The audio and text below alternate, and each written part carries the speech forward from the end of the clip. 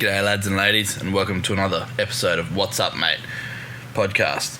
A podcast for Australian electricians, refrigeration techs and air conditioning techs by an Aussie Sparky and Fridgie. So, what did we do last week? Last week we spoke about the rulebooks AS3000. Again, people call that the Bible for whatever reason. Obviously, I think it's because it's probably a large book that gives us most of the insights into our trade. So we spoke about Section 1 last week, and Section 2, it was a huge episode, I think like 74 minutes. It was something ridiculous, so I apologise for that. I'm going to go through section at a time now. So Section 1 is the scope, application and fundamental principles of the rulebook and what we need to do in order to keep people safe. And every section after that is how we go about doing it. So Section 2 was general arrangement and control and protection of your electrical installations. And this week we're going to move on to Section 3, which is selection and installation of wiring systems. And I guess as I go through this, I'll give you some examples of what we've done in the field where I can. So I've not actually scripted this at all. I'm just going to go through the rule book. So I've actually got AS3000 sitting in front of me as a PDF. So Section 3 in NZS 3000 2018 is starting on page 149. But before we get cracked into the subject matter, let's have a bit of a chat about what we got up to during the week. So Monday morning, as usual, we started off with a toolbox meeting. We do that every Monday. We'll have a team toolbox. For myself, this week we've done a lot of new home stuff. I've gone out and visited multiple sites. We've been awarded a couple of large projects too, which is nice. Our big VRF install out with the boys at MG Group in Salisbury. That's actually all the refrigerant pipework, drains, interconnecting cabling's all being completed. We've got that on pressure test. We're just waiting for the sparkies now to energise so we can then evacuate, add refrigerant charge. Let the crankcases on those compressors heat up, and then we can start commissioning. So yeah, that's going to be pretty exciting when we get that one up and running. One of our Sparkies is back on Monday. He's back from a 4-week trip to America, so pretty excited to have a chat to him and see what he got up to. But yeah, I've been to America once myself to play a bit of sport, and it's actually exactly like the movies. When you watch a movie that's based in America, when you go over there, it's actually pretty on the money. So, righto, let's move on. Let's get into Section 3, selection and installation of wiring systems. So, Section 3, the application of this section is, it specifies the minimum requirements for the selection and installation of wiring system that shall be achieved to satisfy Part 1 of the standard. So again, straight away, it's referring back to Part 1. So Part 1 is what we need to do. Parts 2 to 8 are going to be how we're going to go about doing that. So first it goes off, so 3.1.2, selection and installation. Wiring system shall be selected and installed to perform the following functions or have the following features. So we need to obviously protect against physical contact with live parts, but durable insulation materials or placing live parts out of reach. So out of reach, whether that's because we've got, transmission lines out in the street that are exposed, there's no insulation on them. You can't touch them normally unless they've fallen down in a storm. We've got, if we do have live parts in an installation that people can touch, only authorised people are supposed to touch them. So they're going to be behind locked enclosures. Or when we run cables, we've got sheathed cables. We're not running bare conductors through people's business premises or their homes. We've also got to look at satisfying current carrying capacity. That includes voltage drop and other minimum size requirements for conductors. So voltage drop, a really good little tip for that one is with your voltage drop calculations, once you've calculated your voltage drop, generally speaking, as long as there's no huge external fault loop impedance, if you calculate your voltage drop to be on point, we need to make sure that will make sure generally, like as a rule of thumb, that your fault loop impedance will be pretty sweet. So just keep an eye out for that one. Again, there's AS3008 is going to help you out with all that. Number C, provide reliability and electrical continuity of connection, joints and terminations. So we're going to run through how to actually correctly join cables. I'm not going to teach you guys how to suck eggs. We're just going to go through it and go through these sections one by one. We're going to have a bit of a chat about providing adequate strength of support, suspensions and fixings. So, things such as you can't hang cables off of suspended ceiling rods, etc., because they're not actually designed to take that extra weight. So we're going to start looking at running catenary cables, things like that. Making sure suspensions of, let's say, suspended sockets are done correctly. We need to look at making sure that, fixings, when we're clipping our cables, we've got enough fixings so that the cable doesn't sag unduly. There used to be a rule, it used to be 300mm. They've removed that. Every 300mm there needs to be a clip. They've actually removed that wall just basically to prevent undue sagging. We also want to ensure that any cabling that we install is actually going to will suit the intended use. So particular types of wiring systems, so for example a fire system, explosion protection, or safety services. Protection against mechanical damage. Now, mechanical doesn't necessarily mean that something's mechanical has hit it. Mechanical damage could mean anything, like some foot traffic, somebody kicks a cable, etc. That actually falls down under mechanical damage. So you'll hear a lot of people out in the field call it mechanical protection. Basically, we're adding extra protection on top of the cable, whether that's a conduit, whether that's steel, whether it's protective slabs, etc. And we're also going to make sure that we install it in accordance with the requirements of this section and the additional requirements as specified in manufacturer's instructions. Again, AS3000 will always specify back to manufacturing instructions. So, what are some of the types of wiring systems we've got? There's a lot of different ones. We've obviously got above ground, within walls, underground. There's a lot of different ways we can install cabling. Some people will only ever do it one way. They might only ever do underground work.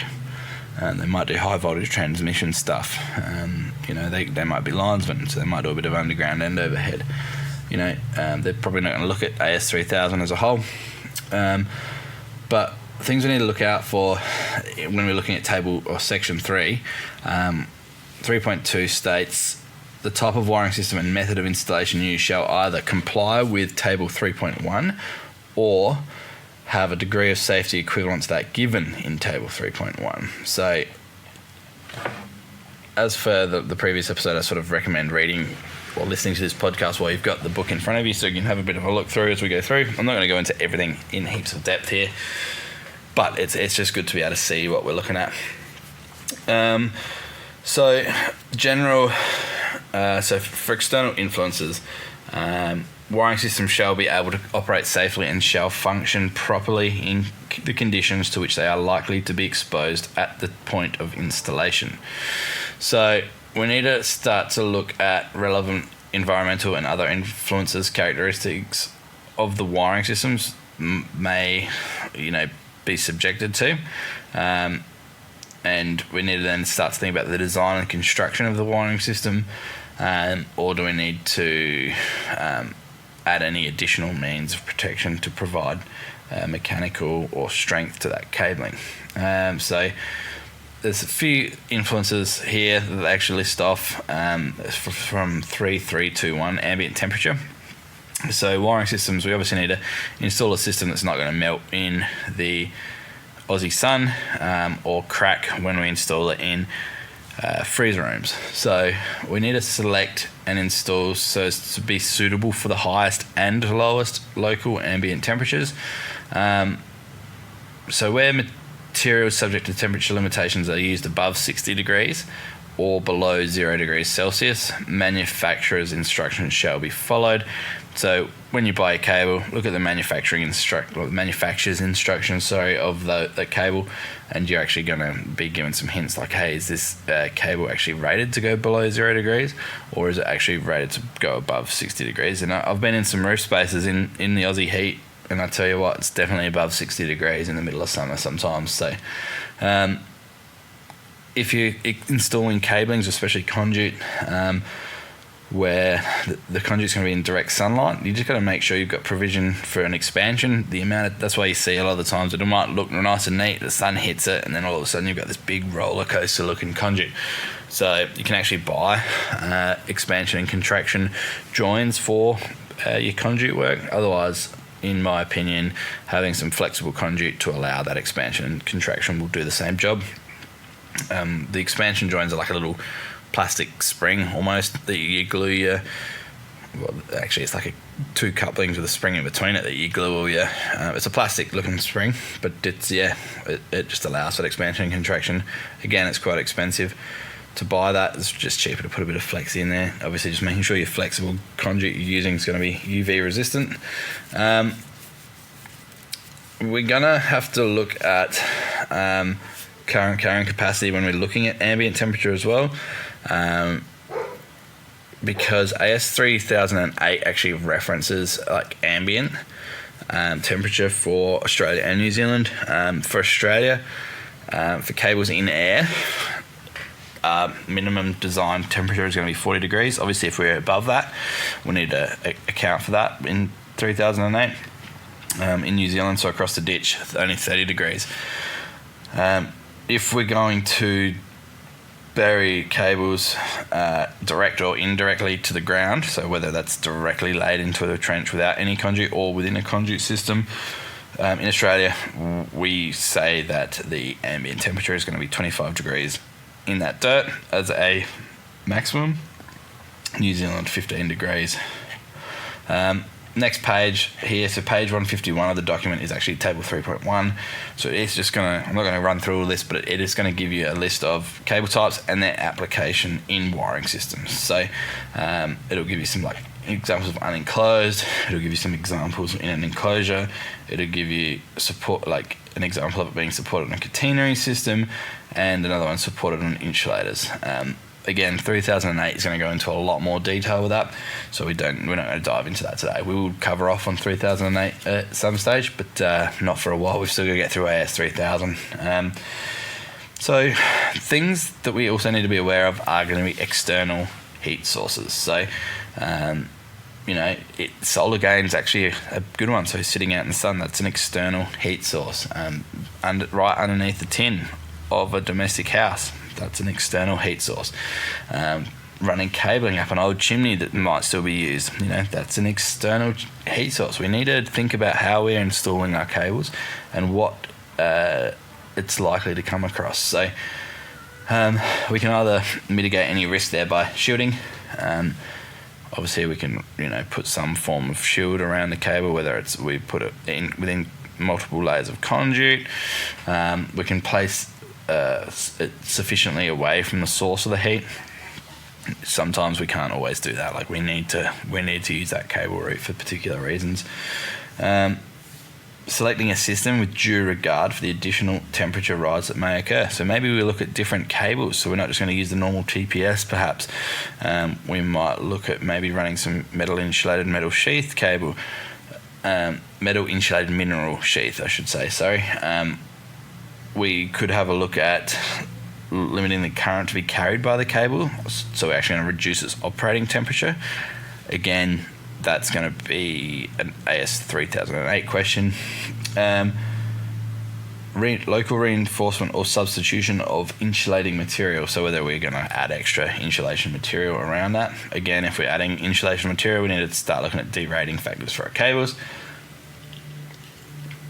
And we also need to look, or equivalent from A to E that I just mentioned. So we also need to make sure that if we're going to start wiring into equipment, that the flexible cord or the wiring between the isolator and the equipment, any of that wiring that goes through the equipment we're hooking up, is going to be suitable for any temperatures likely to be encountered or within that equipment. So we're not just going to run normal TPS cable, maybe let's say for example to a kiln, to the terminals on a kiln, because they're going to get quite hot. So we need to start looking at other options with that one. So water or high humidity, again we've touched base for this one before, but if you're going to have high humidity or the entry of water is not going to cause damage, it's not a problem. Whereas if water does condensate, perhaps let's say lighting in a cool room or specifically a freezer room actually, where you've got a really cold source, so like you might be minus 15 degrees Celsius within your light fittings. If you don't seal up those conduit entries within or use glands etc. to break that sort of vapor, like to have a vapor seal, guarantee you that will be about a week, 2 weeks, and that fitting will be full of water and your client's not going to have any light. So we need to really be quite careful around water and humidity. We're lucky in SA, like we don't have a lot of high humidity days.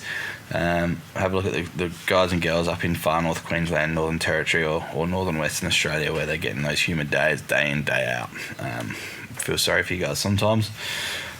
We also need to look at solid foreign bodies. So that's not people that have decided to move over and live in Australia. God bless them. It's going to be, we need to make sure we're not incorporating dust or dirt coming into our wiring system, because obviously it's going to start to really affect our heat dissipation. So we need to prevent even like stacking of dust on top of cable trays and things like that. So maybe you need to fit some cable tray lid to prevent that dust in a commercial or an industrial application. We need to sort of also have a bit of a look at corrosive or polluting substances. So you might be working in a chemical batch plant, something like that. So there'll be specific cables. You might have to use rubber cables everywhere. There's heaps of things around that corrosive or polluting sort of areas that we need to worry about. Generally, that'll be very site specific. And if you're working in something like that, generally speaking, the client will have some sort of an example of what you can and can't use. Or they'll have a engineer specify what you can and can't use. So it does make it a little bit different. We need to have, again, we're going to 3326 on page 154 is going to run through mechanical damage. So wiring systems shall be selected and installed so as to minimise the risk of mechanical damage. So again, that's, if you're mounting anything to a Stobie pole or a power authority pole, we need to have it in steel, so if a car impacts it, it's mechanically damaged, and if the mechanical damage does get compromised, we neutralise it, so that's not going to become live in the event of an accident. It could even be looking at your main earth next to your switchboard. You've got to run conduit right up to the termination point and make sure it's fixed off correctly to the building to prevent somebody kicking it and dislodging the main earth. So we either need to look at the physical strength of the mechanical characteristics of the wiring, and that's why equipotential bonds is a minimum of 4 mil. You could probably get away with your less than 0.5 ohms by using 2.5 or 1.5. There's two reasons that we don't. That's obviously for prospective fault currents. Like we don't want that smaller earth size to actually act as a fuse and burn out before any circuit protection activates. But it's also because 4 mil's got more strength than 2.5 and 1.5 mil earth. So that mechanically aids the strength is the actual physical size of that conductor. And maybe we can avoid having to put in mechanical protection altogether by the installation of the wiring system. Appendix H will actually run you through your mechanical protection classifications, and it's actually a pretty useful section of the document. All of the appendices are. I would recommend having a bit of a flick through them. We need to start to look at vibration. So in a lot of mechanical plant rooms, that's where you see those like the Wago connectors, whether it's the DIN mount ones or the push, like the ones you see a lot of Sparkies now using just for like your day-to-day terminations. Other mechanical stresses, we need to make sure that the cables aren't supporting their own weight. So we need to make sure whether we install it within a conduit that's fixed, we need to clip it to something, we support it with a catenary, or we put some cable tray up. We also want to make sure we're using the right size clips for the right size cable. with that, because we need to make sure we're not using one that's too big so the cable just flops around in there, because again, electromagnetic forces are going to be at play here, guys and girls. So if it's too big, it'll flop around by itself, especially if it's introduced with net running near other cables. But we also want to make sure it's not too tight, because we don't want to actually damage that outer sheathing of the insulation. We want to make sure we're going to use suitable connections for any joints that we do. And that's why, and also we want to make sure that there's no strain at any of the joints. For you commercial and domestic sparkies, that's why we always put cable ties onto our fan sockets, or your 413s, whatever you guys want to call them.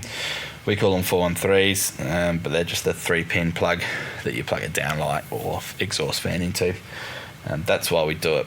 We don't want those terminations getting stressed and creating like loose joins or broken connections. So yeah, we put a cable tie on that to sort of, that's 3328 other mechanical stresses. We also have to look at flora. So flora is vegetation. So you might be putting a switchboard right next to maybe a nice wall with some ivy growing up it. Obviously the ivy is going to be pretty invasive and grow its way into there. So perhaps maybe remove the ivy, or if you can, put your switchboard elsewhere. Again, Mother Nature will take over very, very quickly, so just have to be very thoughtful of flora. Fauna, which is obviously animals, livestock, things like that. Where the presence of fauna is expected to constitute a hazard, either the wiring system shall be selected accordingly or special protective measures shall be adopted.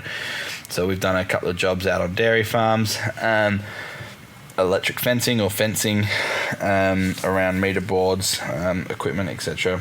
Because cows do tend to like using your meter boards as a scratching pole. So it's actually a funny story. Did a job out at Paris Creek, I think it was, and big Hager plinth mount board we've put in, massive run, big cables, etc. It was the middle of winter, pretty cold and miserable out there, and I was working with my back towards an electric fence, and I was just between the electric fence and the meter board, and I'd laid the meter board down, so I was just making sure once I'd finished installing it, I was wiping it off to get the little bits of mud off the back of it. And I've actually my back, it was raining, so my shirts and jumpers are all wet, and my back's come into contact with the electric fence as I'm wiping down this wet earthed meter board, and I hopped an absolute massive whack. It was pretty funny, actually. So just that's one way of protecting your stuff is through fencing when it comes to stock and fauna. But fauna can also, parrots and native wildlife just love eating the insulation off of our TPS. I'm not sure what it is. I don't think their beaks are actually conductive, so they actually eat it like right down to the copper and don't even get a whack. So we need to make sure vermin or birds, things like that, aren't getting into roof spaces where we've got unprotected cabling. 3.3.2.11 solar radiation, so direct sunlight. So we need to have a look at cabling, and if we're installing it, is it going to be exposed to direct sunlight? So we either need to select a wiring system that's going to be suitable for being installed in direct sunlight, or we need to look at shielding it from those UV, because over time, we've all seen it, cable that's been left out in the sun, it starts to go, it almost also gets burnt. I guess it is, it's getting sunburnt. And you can actually crack it. We get a lot of in the older areas like Morph Vale down south, where they've got their old overhead supplies to their back sheds. They've just run normal TPS through the air, and the sun's just eating that away. And give it a big windstorm and then a bit of rain, we actually get one or two cools. We've got no power or power stripping, and we generally find it is actually that overhead supply. So just a bit of a tip there, if you do go out fault finding after a storm or some rain and there is an overhead shed supply, perhaps just check that out. We need to also look at things such as hazardous areas. Again, I've never actually done a great deal of hazardous area works. When I was an apprentice, I did a little bit, but yeah, that's a whole different kettle of fish. I'm not actually experienced enough in it to actually want to talk to you guys and girls about it. If you've got any questions, reach out. I'm more than happy to help find out for you. But yeah, I'm definitely no expert there. We need to start looking at thermal insulation now. in Australia, we need to look at bulk thermal insulation. So that's your like ceiling bats, wall bats, things like that. So your thermal insulation running through the wall space. So you can obviously clip it to your walls, so you're only partially surrounded by insulation.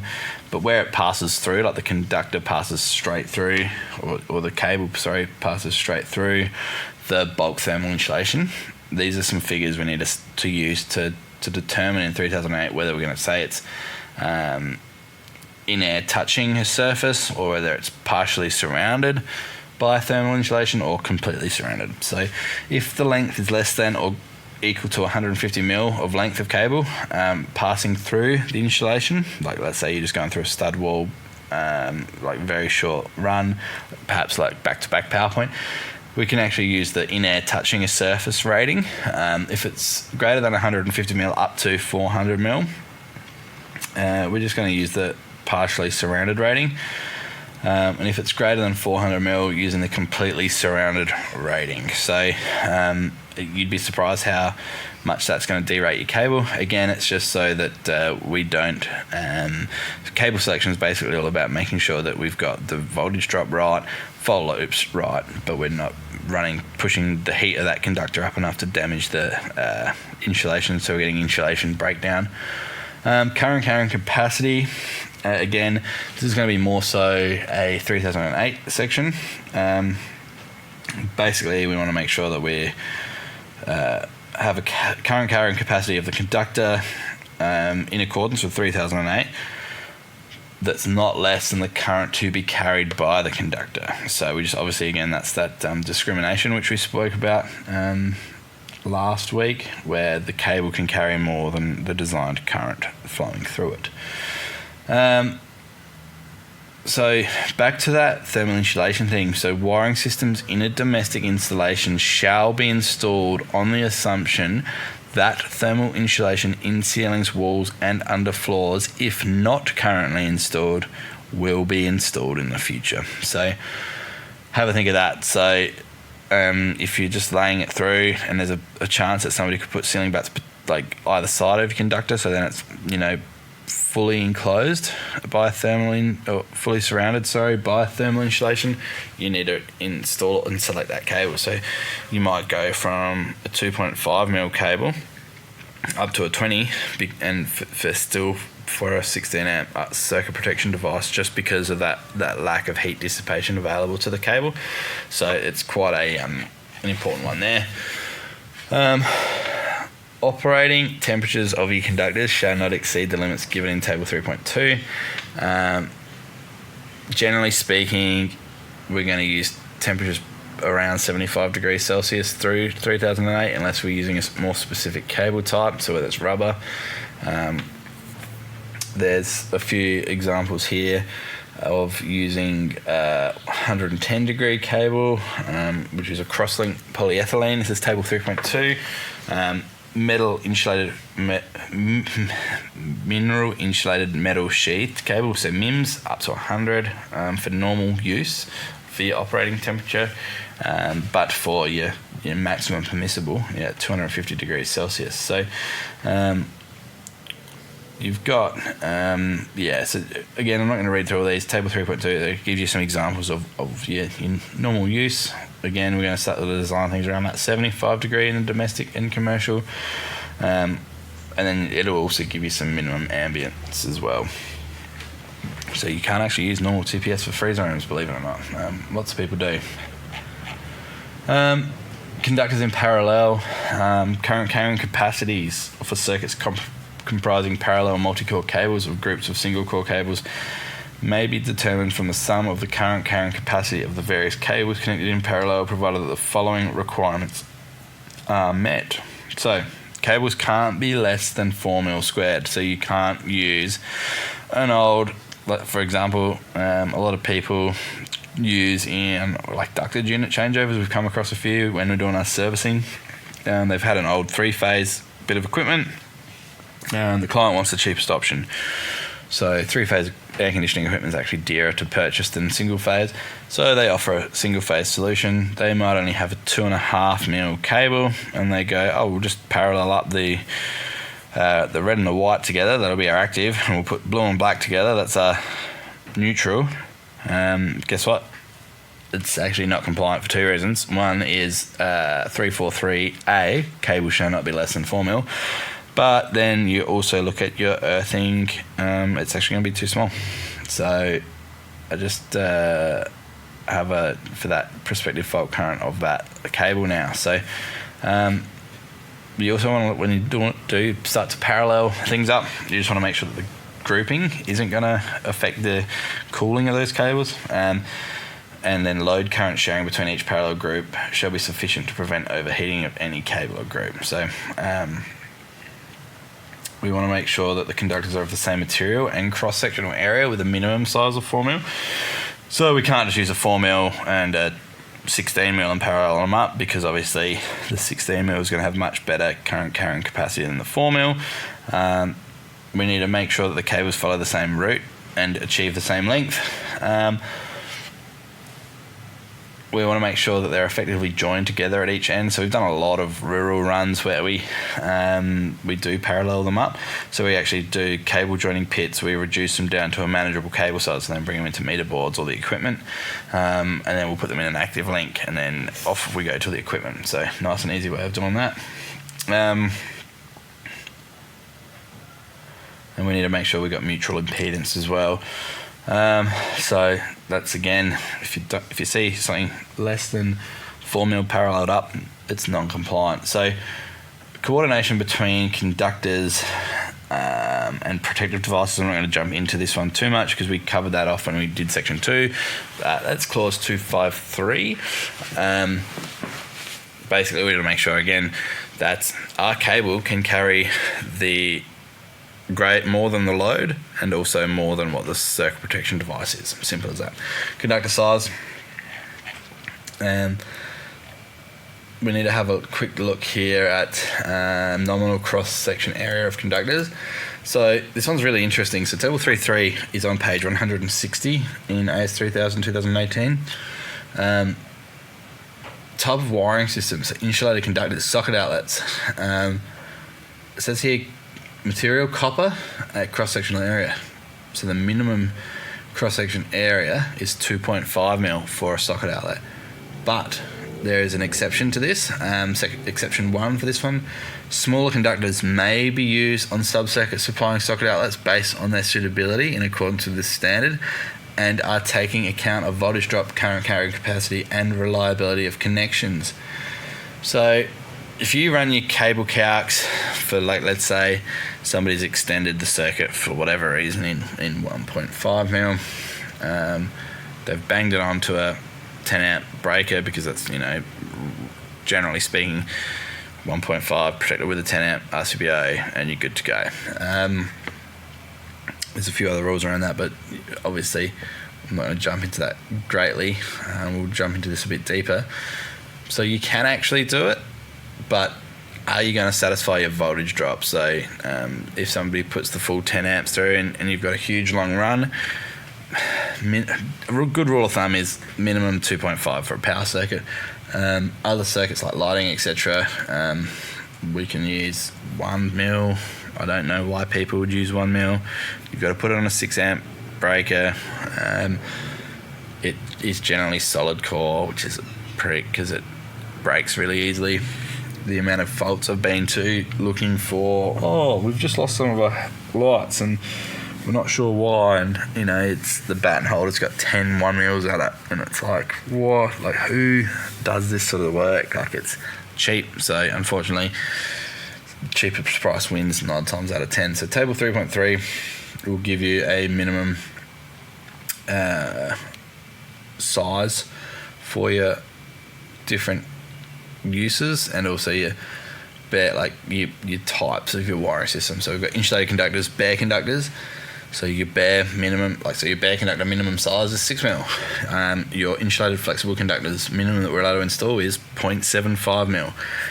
Aerial wiring, for copper it's 6mm, and for aluminium it's 16mm. So again, that's your minimum size. We can always go up to suit your voltage drop, fault loop impedance, and things like that. even volt rise when you're doing solar systems, etc. Neutral conductor. So this is a good one. The minimum size of the neutral conductor shall be as follows. For single phase, 2-wire circuit, so we've got an active and a neutral. The neutral conductor or conductors of a single phase consumer's main, submain or final sub-circuit, so every sort of circuit we install as electricians, shall have a current carrying capacity that not less than the current carrying capacity of the associated active conductor or the total current to be carried where there is more than one active conductor. So we actually spoke about that in section 2 last week for your neutral conductors. Now, this is multi-phase, so that could be 2-phase or 3-phase. The current carrying capacity of the neutral conductor of a multi-phase circuit shall not be less than that determined in accordance with the following. So we're going to have a look with harmonic currents, where a consumer main, submain or final subcircuit supplies a substantial load that generates harmonic currents, e.g. fluorescent lighting, computers, soft starters, variable speed devices or other electronic devices. The third and any higher order harmonic current generated in the equipment shall be added to the maximum out of balance load to determine the current to be carried by the neutral conductor. For this purpose, the third and any higher order harmonic current in the neutral conductor shall be taken as 100% of the highest load generating harmonic currents on any phase.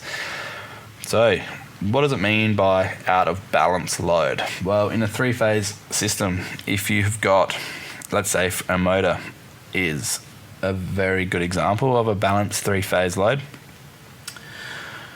your neutral will show no current flow on it. So any out of balance neutral basically means one of the phases has more current flowing than the other two. That current then flows through the neutral conductor. So if you have a balanced 3-phase system, you put your clamp meter around the neutral, you'll have 0 amps.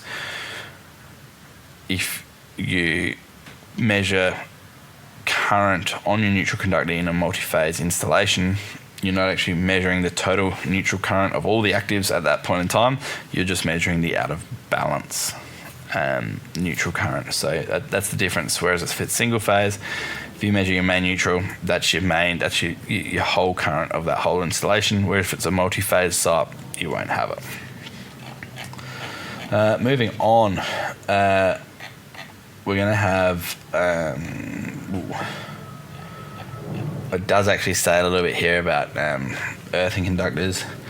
That's section 5. So section 5 is about earthing, so we'll go into greater depth about earthing in section 5.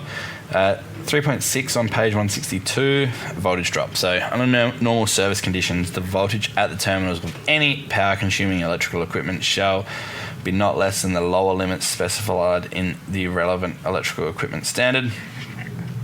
Where the electrical equipment concerned is not covered by a standard, the voltage at the terminals shall be such as not to impair the safe function of the electrical equipment.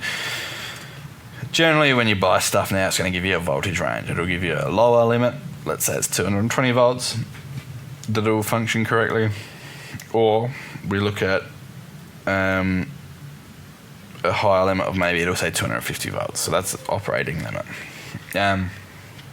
So voltage drop is a value. So as electricians, we've got a lot of numbers rattling around in our head. One of these numbers is your voltage drop, so your maximum permissible voltage drop of the installation. Now, that's 5%. So it's not a lot, but 5% voltage drop. So that's from your point of supply. So that's generally your service fuse. So or your point of connection to the supply authority, I should say, because your service fuse could be mounted elsewhere.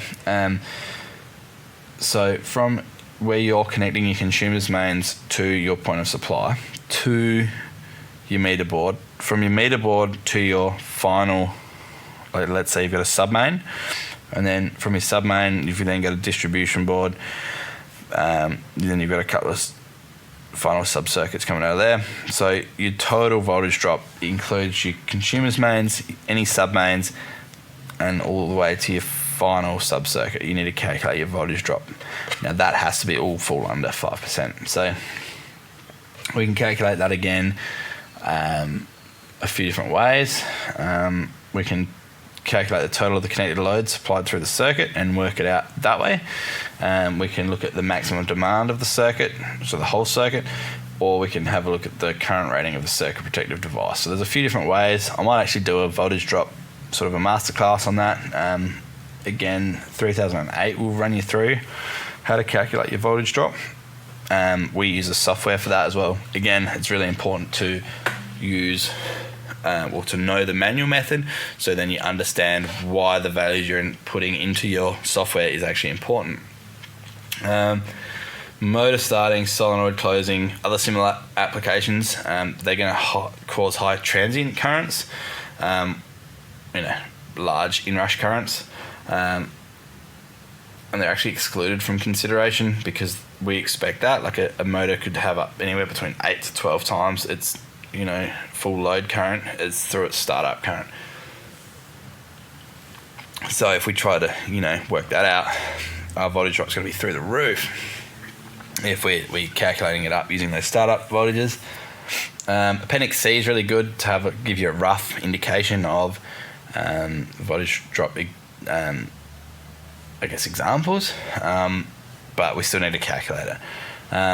Voltage rise, which is an amendment to this standard, is reverse voltage drop. So if we're generating power and we're pushing it back through into our system, we need to look at that. So this 3008 doesn't mention it. I think it's 47771, AS 47771 states that that's just for your solar and battery stuff. Maximum permissible voltage rise is only 2% from where you're feeding that power into your equipment back out to your connection to the network. So this one's really good. So I've got exception for your voltage drop.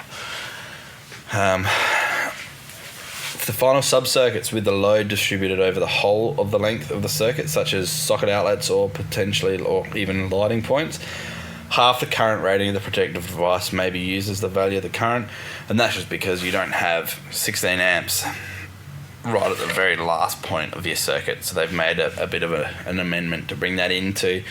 You can divide. So let's say, for example, we've got a socket outlet circuit, final sub-circuit that's rated. We've got a 16 amp RCBO protecting that circuit.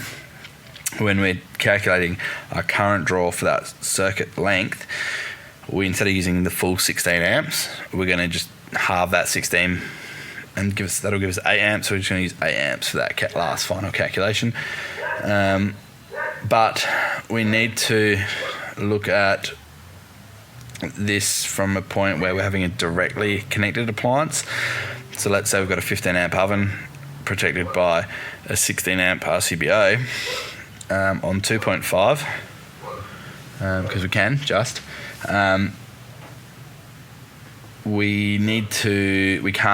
This is where we can't use that sub-circuit division method, because it's a fixed load, so it's right at the end of the circuit you've got that 15 amp load. So we need to just make sure when we're doing that, we're only ever doing it for where power's distributed across that entirety of the circuit, instead of it being used right at the end of the dedicated circuit. Conductors in parallel, we've already spoken about this. That was 362. But basically the voltage drop for a circuit in which conductors are connected in parallel shall be taken as the voltage drop in one of the conductors when that conductor is carrying a current determined by dividing the value of the current of the circuit by the amount of conductors. So if you've got 2 conductors, you're going to divide this. Let's say we've got a 100 amp load. You've got 2 conductors. You've got to calculate the voltage drop for the length divided by the amount of conductors. So you're going to have 2 conductors, the load's 100 amps, we're going to divide it by 2 because you've got 2 conductors. If you've got 4 conductors in parallel supplying, so in the active circuit, supplying that 100 amp load, we can look at using 25 amps for that calculation. So the more conductors you've got in parallel, that's how you calculate that. So there's a little bit of difference. Again, our software will design that for you. You just tell it how many conductors are in your circuit, and it'll actually give you your fault loop as your volt drop as a total, with the amount of conductors in parallel.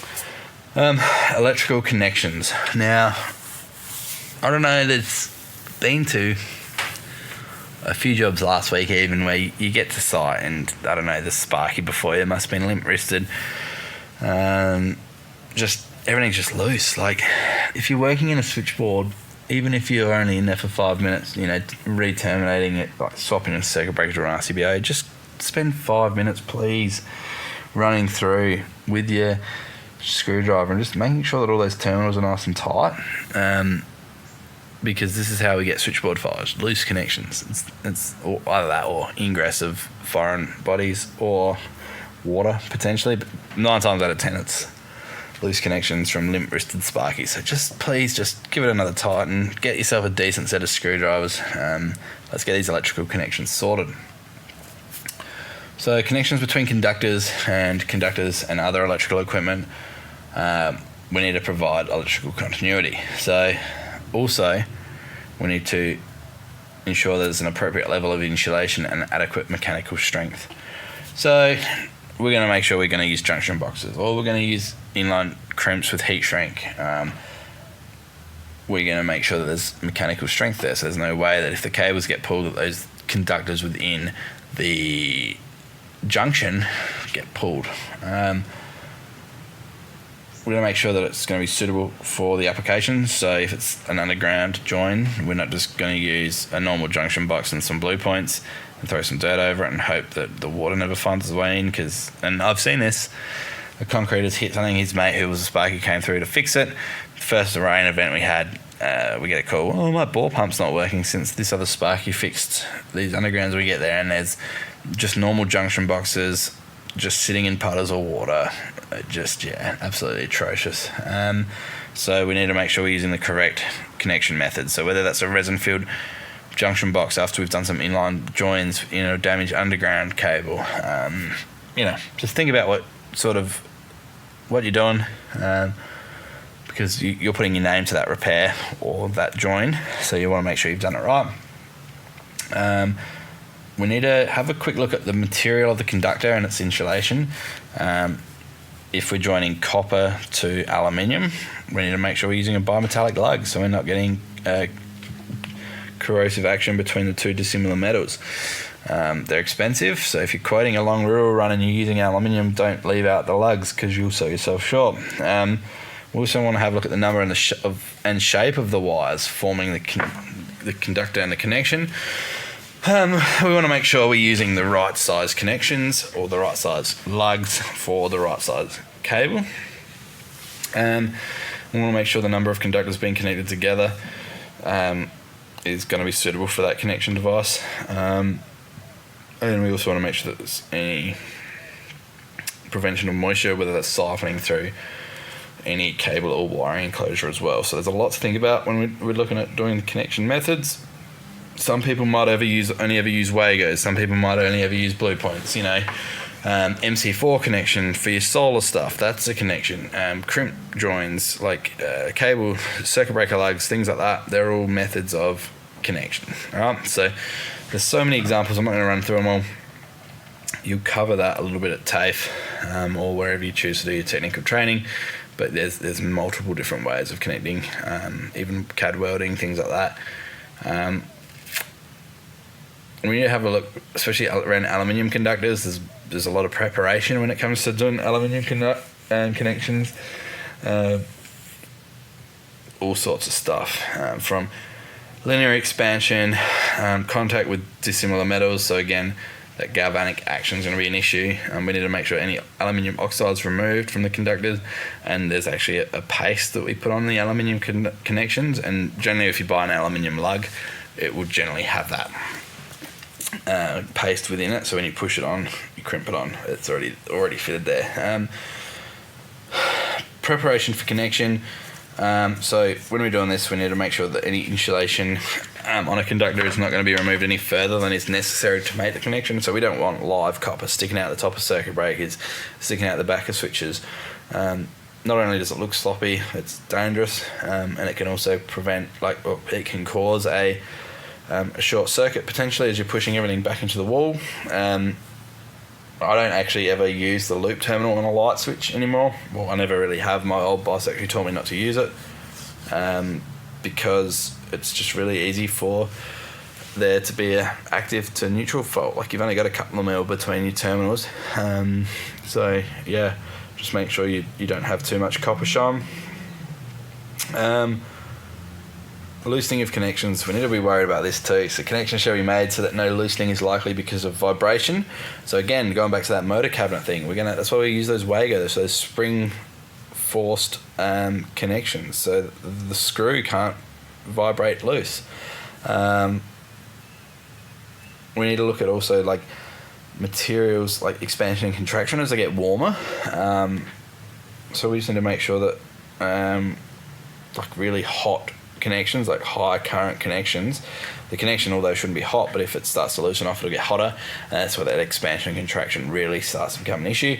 And this is why we can't use solder as a form of connection if we're then going to put a screw over the top of it, because we wind the screw in onto the solder. What happens is it compresses the solder.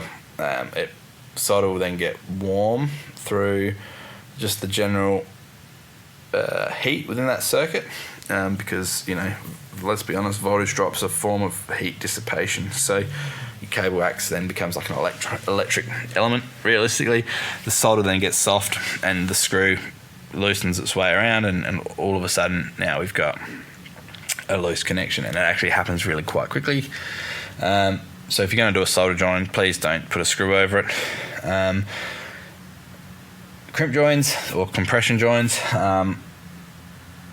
they need to be securely retained with a suitable crimping device. So don't just bash it with a hammer or use your multi-grips to crimp them. Get the right tool, because it's going to be designed for the purpose, and it's going to exert the correct force to ensure a decent connection, because we don't want to put too much force in it and actually snap the conductors within the crimp, but we also don't want too little force where it's just going to pull out. And there's all sorts of different ones. You can have electric crimpers, like the Milwaukee do like a battery powered electric crimper now, which is just hydraulic pump driven. You can have your hand pump hydraulic. You can just have your mechanical crimps, like your large ones. I think they do up to like 150 mil. They do some smaller versions which only do up to like 90 mil. Or you've got your small like little Kabak hand crimpers for like bootlaces and things like that. So there's so many different crimps out there, and they're all reasonably priced except for the battery ones. And any larger hydraulic stuff for the larger cables can be quite expensive. But just for the domestic stuff, cheapest chips to get the right crimper.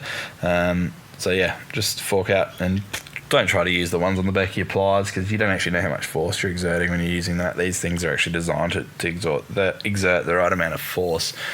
We need to also have a look at retention of stranded conductors. So we can't actually join together, for example, like flexible stranded to, you get that really fine, anything over 7 strands, it becomes quite a fine strand within like a extension lead or something, for example.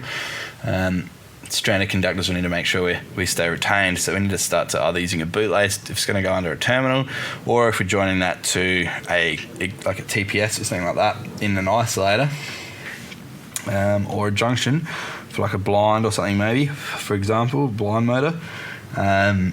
Use those Wagos, or a version of the Wagos. I like the Wago ones better than the versions of. We just need to make sure that we're retaining those stranded conductors underneath the termination device. Mechanical stress, again, it's listed. It's like the 4th time I think we've listed this. All cables and conductors shall be installed so that there is no undue mechanical stress on any connection. Again, cable tie on a fan socket. Really simple example.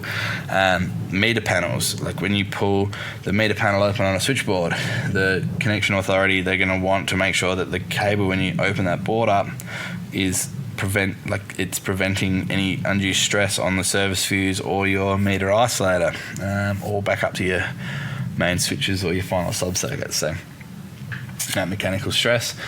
3727, oh, here we go. It actually has here about the solder connections in the rule book. I'll read it word for word. Where a soldered connection is used, the design shall take account of creep, mechanical stress, and temperature rise under fault conditions. Soft soldered connections shall not be clamped under a screw or between metal surfaces.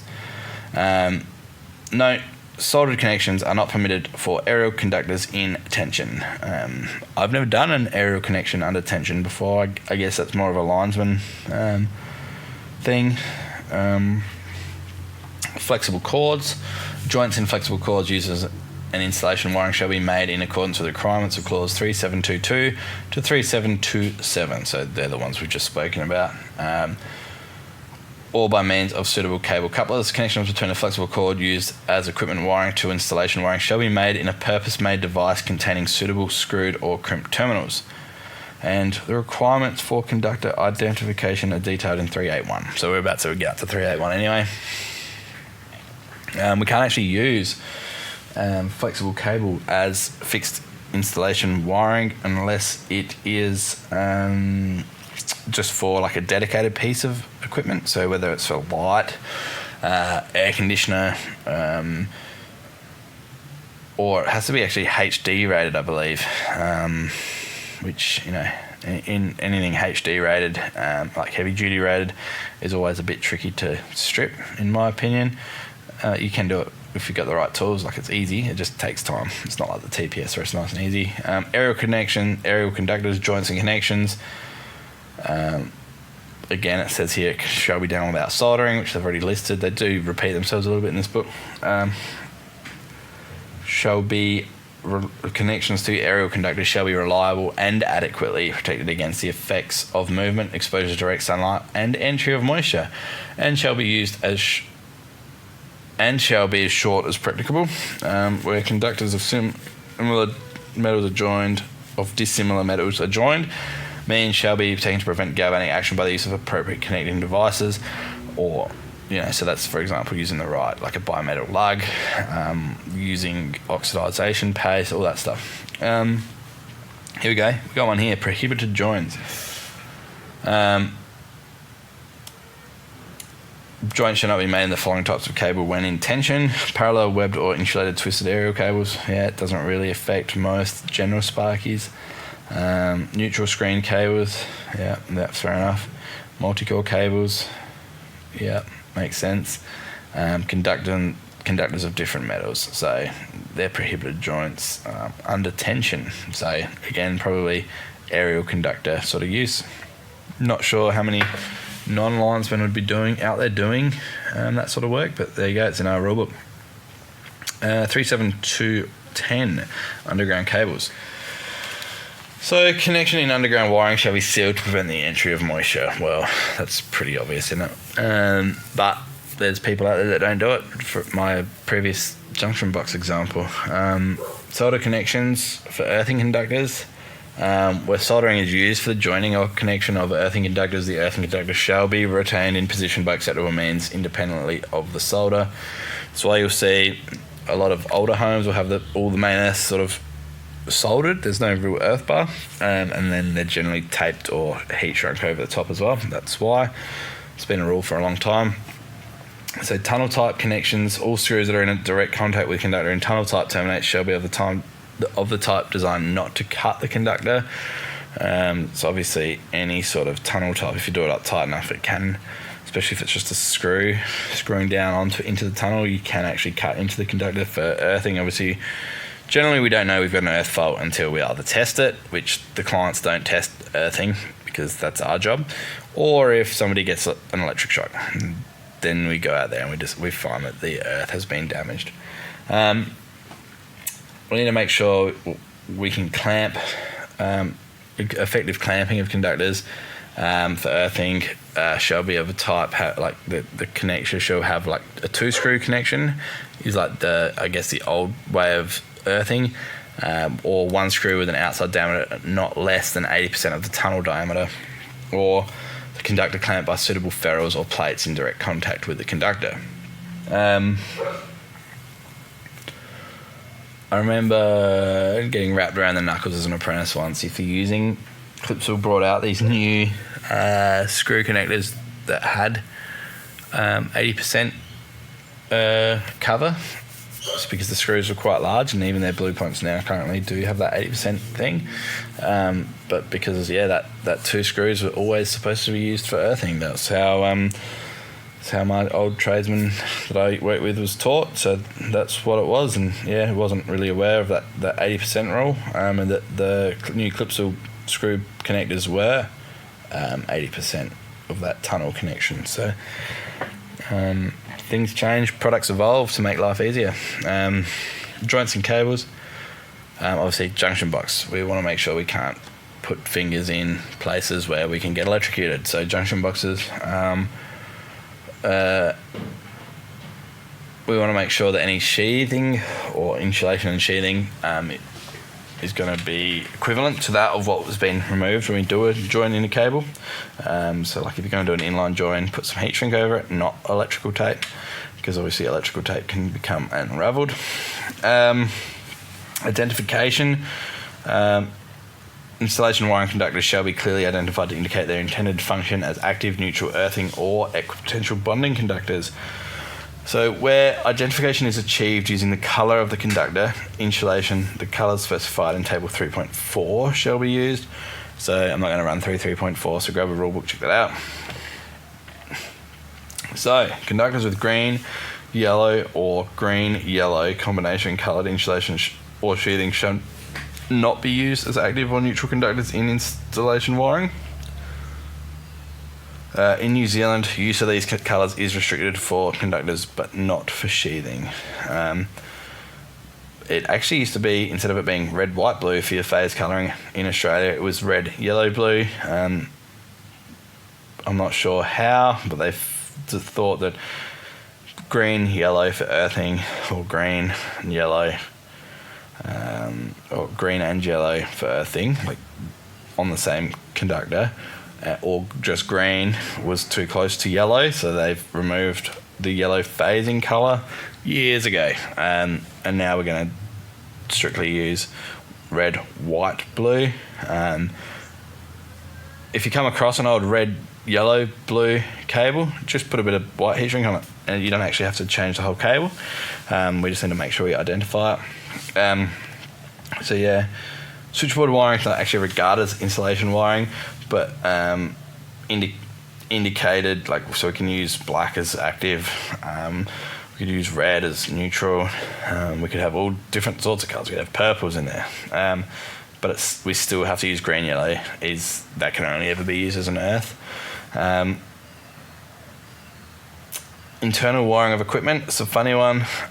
You look at a lot of Chinese manufactured equipment and it uses all sorts of different colours for different things. It's not installation wiring, so AS3000 covers off strictly on installation wiring. Equipment does have its own standards. If it has the tick of approval to be installed in Australia, it probably meets the right standards, so try not to stress too much about that. Colour ID, again, I won't bore you with that one. It's looking at conductors with black or light blue insulation used as active conductors, or conductors with other than green, yellow, black or light blue installed as neutral conductors. So it gives a few little examples of sleeving. Sleeving of existing earthing and bonding conductors. So I guess this is a bit of an interesting one. So if you're going to sleeve an active to be a neutral or a neutral to be an active, you only have to sleeve the bit between the outer sheathing and the termination, so it might only be 100mm. Whereas if you're going to use the earth as an active or a neutral, you've actually got to sleeve the entire length. So you're going to strip it all out, sheathe it, then put it all back in to change the colour of the whole conductor, the whole length of that conductor, which I don't think I've never done it. So yeah, just don't use an earth as an active or a neutral, please. Like, it's just dumb. You're going to get somebody hurt. Moving on to active and neutral conductors. Again, they're going to be coloured, specified as per that last table we went through. We've got the issue I really see in the field is alternative and European colour cable identification colours.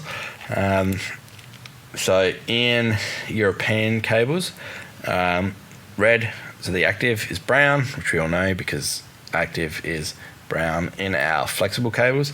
If you touch it, you will shit yourself. Black for a flexible cable or a European standard is light blue. Green, which is your earth, is your green-yellow. For multi-phase stuff, so you might have a bit of flexible cable coming out of a bore pump or a lathe or something like that. So your brown, again, that's your red phase. Black is your white phase. Blue phase is grey. Neutral, again, is blue. Earthing is still green-yellow. Some cooktop, or like I've found a few induction cooktops, the grey and the blue are very similar in colour, so just be really careful out there. Just double check out that before you turn things on, because you don't want to accidentally fry all the electronics because you're giving them phases. All your electronic controls 400 volts instead of 230 volts, so just be careful with that. Install requirements, methods of installation. Table 3.1 again, so that's how typical wiring systems are going to see. External influences we've been over. Support and fixings, again, it seems to be a common theme, repeating ourselves with AS3000. Again, if you see something being repeated, it's normally repeated, but it's adding extra information, so it's definitely worthwhile having a look. Fix in position by suitable clips, saddles or clamps. Yeah, okay, we get that. Here we go. Where a wiring system, this is a bit different. This is what I mean about the additional information. Where a wiring system consisting of sheathed cables is installed through metallic structural members, any aperture through which the cable passes shall be bushed or shaped to minimise abrasion of the cable. Where likely to be disturbed, the cable shall be fixed in position at a point adjacent to the aperture. So aperture, hole. Just think of that as a hole. You've just created a hole through a bit of, you're wiring up a shed and you've drilled through a bit of purling channel, put a bush in there, put a bit of conduit with some form of mechanical fixing so that conduit then cannot slide. That's what they're after. New home guys and girls out there, your the ones that I've seen anyway, I've seen a few actually imported from China that don't have this, but generally speaking, your holes won't be drilled. They're all done with a press. Those presses, the cable's actually, not the cable, the metal's actually made in such a shape that there's no sharp edges. You don't have to run conduit or bushes through them. If you're adding any extra holes, yes you do. If you feel that there could become a chance that it'll just rub through abrasion, by all means just put a bit of conduit in there. You do you. This is just a minimum standard thing that we're talking about here. Suspended ceilings, I did touch about this. Didn't actually think it was a rule in the rule book. Wiring systems may be supported by the suspended ceiling system unless this is not permitted by the suspended ceiling manufacturer.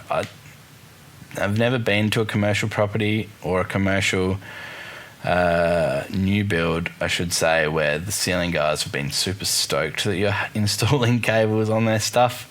Just put catenaries up, but then you go do some maintenance and it just grinds your gears because everybody else has just either just chucked the cables on top of the ceiling tiles, which is a big no-no, or they've just cable tied it to the ceiling, the uprights, the little steel rods that the ceiling guys and girls use to support their ceiling.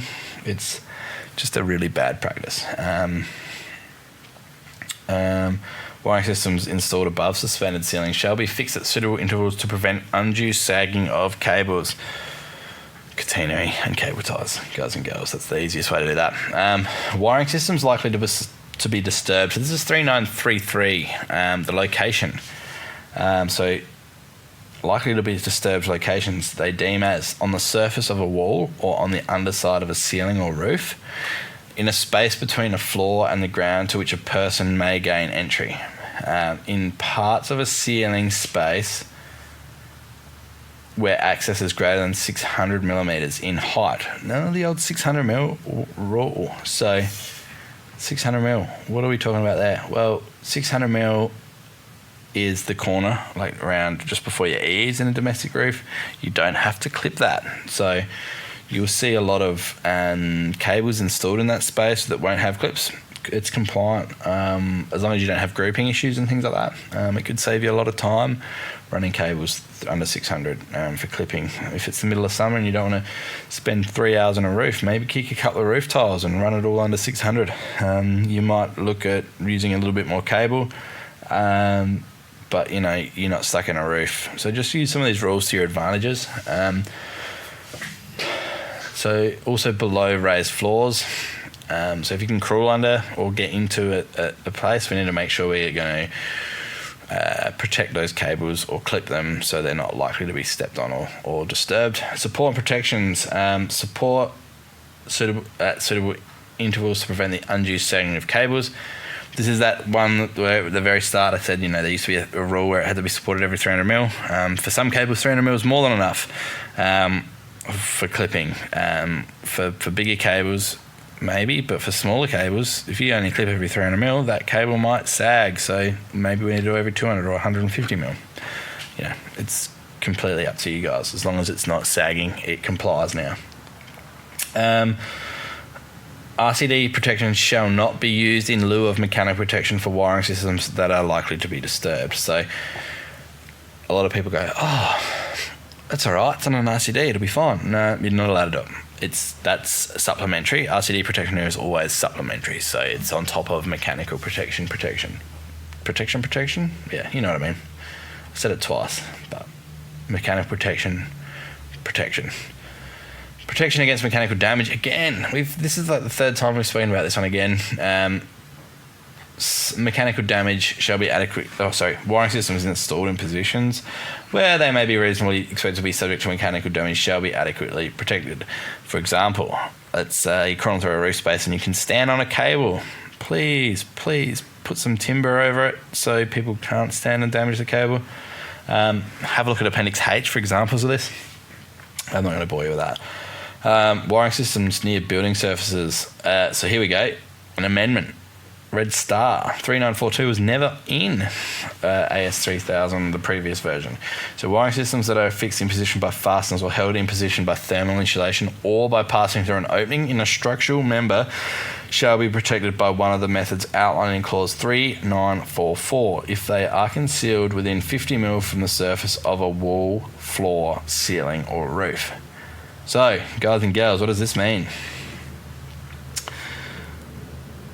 If you have a stud wall frame that is 90 mil nominally in Australia, and you drill a hole in the centre of it and you run a cable through that hole, you have only got 55 mil from the outer 10 mil gyprock surface to the centre of that stud.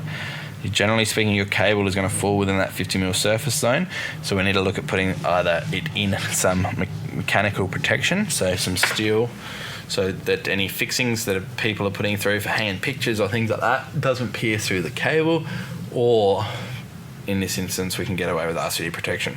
Where does it become tricky? Sub boards mounted on internal walls. That's an interesting one. So we've actually got to protect the back of the subboard and also the sub mains running into that subboard, whether that's in a bit of metal conduit or we've got a surface, like a distance from the surface greater than 50 mil. Then we don't have to worry about it. But yeah, just a bit of steel pipe running through that to run through your double insulated submains straight into so whether it's just building wire and conduit through a steel like you would a Stobie pole connection, or a orange circ run through that bit of steel, as long as it's double insulated and it can't chafe when on the entry to that mechanical protection. It's going to deem to satisfy that section. And also there's some pictures here from like 174. We'll give some examples of some switchboards and things like that.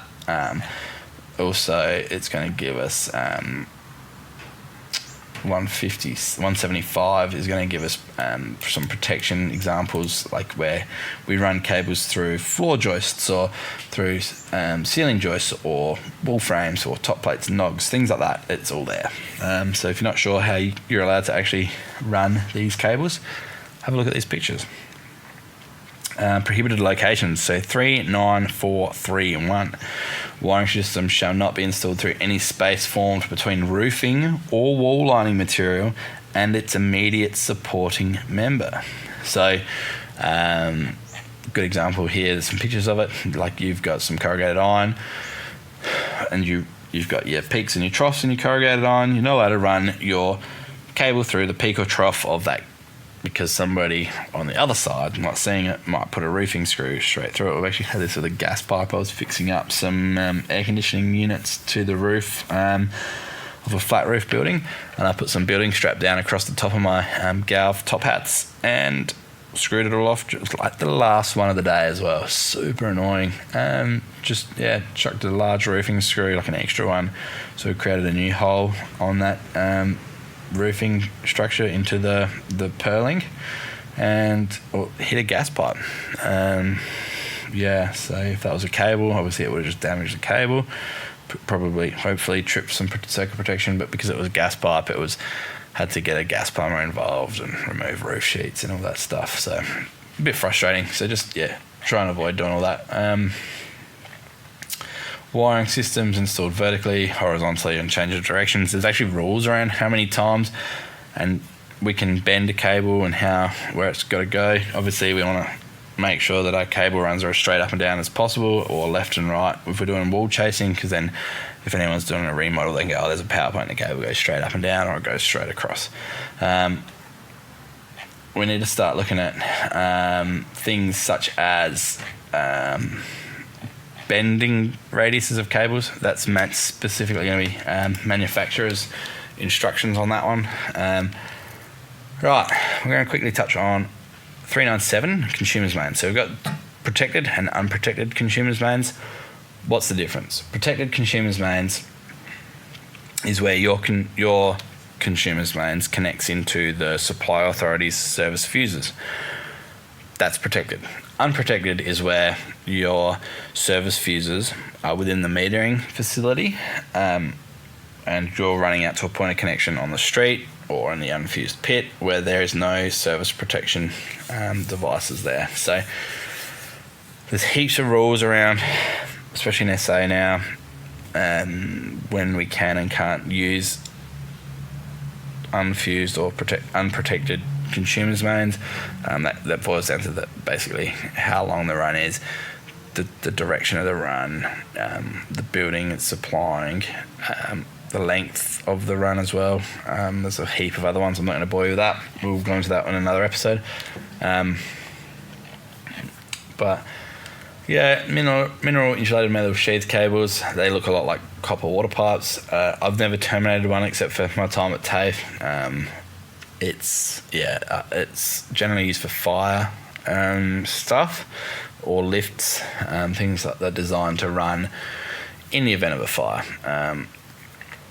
Flexible cords used as insulation wiring. So I've spoken about this. So flexible cords used as an insulation wiring shall be of the heavy duty sheath type and installed in the same manner as an insulated and sheathed cables. Exception: flexible cords need not be of the heavy duty type if used for the connection of pendant socket outlets, installed in a suitable wiring enclosure, or installed for the connection of equipment in accordance with the equipment wiring provisions of clause 4.3.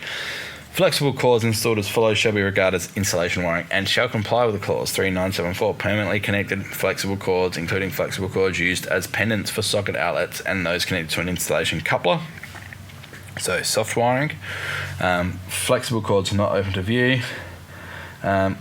Flexible cords used as pendants for lamps, luminaires, or provided with and permanently connected to an appliance shall not be regarded as installation wiring. Flexible cords installed for the connection of a single appliance or luminaire shall not be regarded as an installation wiring, provided that they do not exceed 2.5 meters in length and have a current carrying capacity of not less than the current rating or setting of the circuit protection device or the actual load of the appliance or luminaire. So let's say you've got a bit of 0.75 mil, so quite thin flexible cord, and you want to connect it to a junction in the roof to run a client supplied pendant light, for example. Do you have to derate your circuit protection to accommodate that smaller drop in conductor? No, you don't, because your lamp is going to be a fixed load, and generally there'll be a warning label in there like, please do not connect load greater than 100 watts to this pendant. That's for protecting that cable, but also to protect the pendant, the lamp, its shade itself from getting too hot. There's a thing about like low voltage track systems, also low voltage again, is not as low as you might think. Like, that's still 240 volts, that's still 230 volts, that's still low voltage. There's a section here about under carpet wiring systems. That's probably more for the commercial remodels. Basically, we need to mechanically protect that. Prevention of mutual detrimental effects between services. So this is where we're going to start running into things like different voltages levels, different electrical installations, so common enclosures, things like that. So that's a big ruling around that, like common services, trenches, etc. We need to make sure that we've got certain distances from other services. Page 184, there's a lot of examples, and it's quite good. We want to select and install cables to prevent the spread of fire, obviously. So if we're breaching through fire-rated walls, we need to make sure we're sealing that up. Penetration of fire barriers. We want to make sure we're at least 50 mil away from other penetrations. And the cross-sectional area of the opening shall be not greater than 500 mil. I.e. circular 25 mil diameter, and the cross-sectional area of the opening may be increased up to a maximum of 2,000 millimeters squared. So for a single cable that leaves a gap of not more than 15 mil between the cable and the opening. So we need to seal up any fire-rated penetrations we do. Now, whether that's on you as the electrician to do, or whether you let the builder know you've penetrated and they get somebody in to certify, you just want to make sure that you cover your ass and you do your best. Circulation of eddy currents. Now, this is another one, probably more so for your running large conductors through conductive base plate, gland plates, things like that. We just need to make sure we're using non-ferrous gland plates, like an aluminium would be a really good way of avoiding having all this stuff. Generally it's 300 amps and above. We need to do a slot between the individual core entries with a width of 20% of the individual core entries diameter is considered satisfactory. So let's say we do a 40 mil hole, 20% of 40 mil is 8 mil. So we just need to make sure we've got an 8 mil gap between, like slit between all your core entries, and that's just going to stop that circulation of your eddy current. So that's your induced current into metallic objects. Yeah, again, about 300 amps and up, you'll start seeing this being an issue.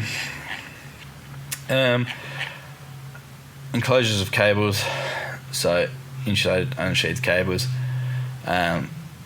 Insulated unsheathed cables shall be enclosed in a wiring enclosure throughout their entire length. Exceptions, there's a few of them. Need not to be provided for insulated unsheathed cables installed as aerial conductors, enclosed in a wall cavity between an accessory and a wiring enclosure. So that's why we're allowed to have single insulated behind a power point or a light switch. We don't have to always have them in the 90Bs or those like black insulating boxes. Because that's how it is. You can't actually get your fingers in there, so single insulators are not becoming an issue.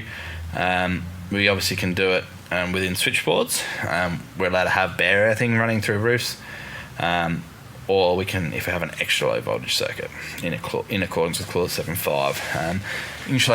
Insulated and sheathed cables, they don't need to be installed in a wiring enclosure unless we need to look at, if they're flammable, then maybe we need to. That's NZS 5000. Perhaps the cable needs to be slightly mechanically protected, so that's when we're going to start to put it in a conduit. Wiring enclosures, conduits, so steel conduit, flexible metal conduit, rigid and flexible insulating conduit, and corrugated insulating conduit. They're sort of the four. Cable trunking systems, so like your ductwork. Other wiring enclosures providing mechanical protection at least equivalent to those listed in items A and B. Water pipe is not suitable for a conduit because the poor plumber thinks, this is a water pipe, I'll cut into this, I'll put a tap here, job done. You see this a lot when farmers have a crack at their own electrical. They just use what they've got in the shed. Please don't use water pipe. Please don't run cables down through stormwater pipes. I've seen that a few times, believe it or not. Change of wiring enclosures. So any change from one type of wiring enclosure to another should be made at a switchboard or by means of a suitable device that provides the complete protection of the conductor insulation and for continuity of conductive wiring enclosures. So if you're using a steel wiring enclosure and you're changing over to a plastic one between the switchboard and that, you need to make sure that the steel part is still earthed. Entry of water, again, we want to make sure that our wiring enclosures don't fill up with water because water-cooled conductors is not what we are a part of. Installation of wiring enclosures. Wiring enclosures shall be installed in accordance with safe and sound practice and provide adequate protection as required by clause 3.3 and 3.10.3.2 and 3.10.3.9. Wiring enclosures installed on roofing material shall not be installed in a manner that obstructs the natural water drain paths or promotes the accumulation of debris. I hate seeing conduits running across roofs. Sometimes it's inevitable, or unavoidable, I should say. If you do it, make sure you're not blocking water, you're not making it so debris can't pass underneath it. Perhaps installing some posts and going overhead might be a better option. Standoff brackets or blocks could be a issue there too. Support, obviously, we want to make sure that any enclosures are supported. Continuity, again, mechanical protection that is metallic needs to be electrically continual. Bending, again, we want to make sure that we're abiding by any manufacturer's specifications when we bend it. Passage for conductors, again, we want to make sure that we don't have any sharp edges on that. That's pretty well it. Again, we've got provision for expansion. We've spoken about this. We're repeating it again, which we're going to do cable trunking.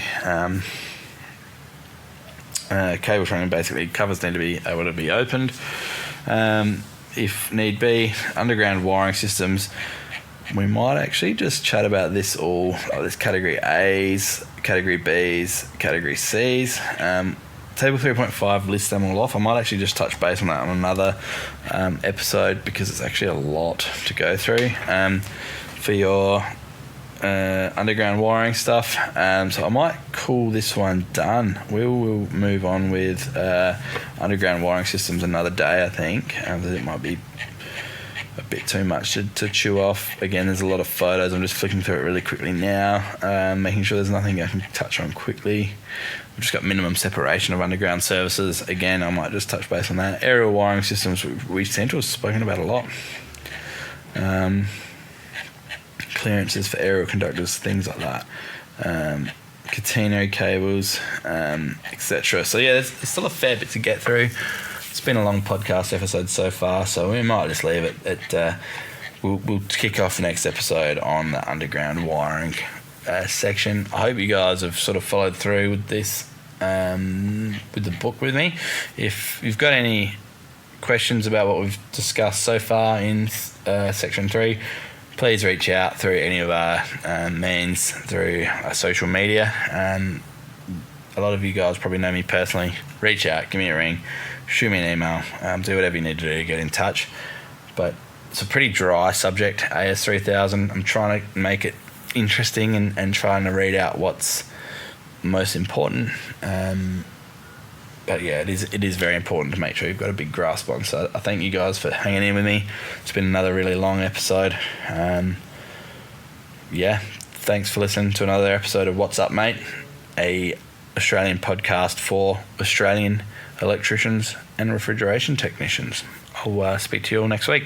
Thanks, guys.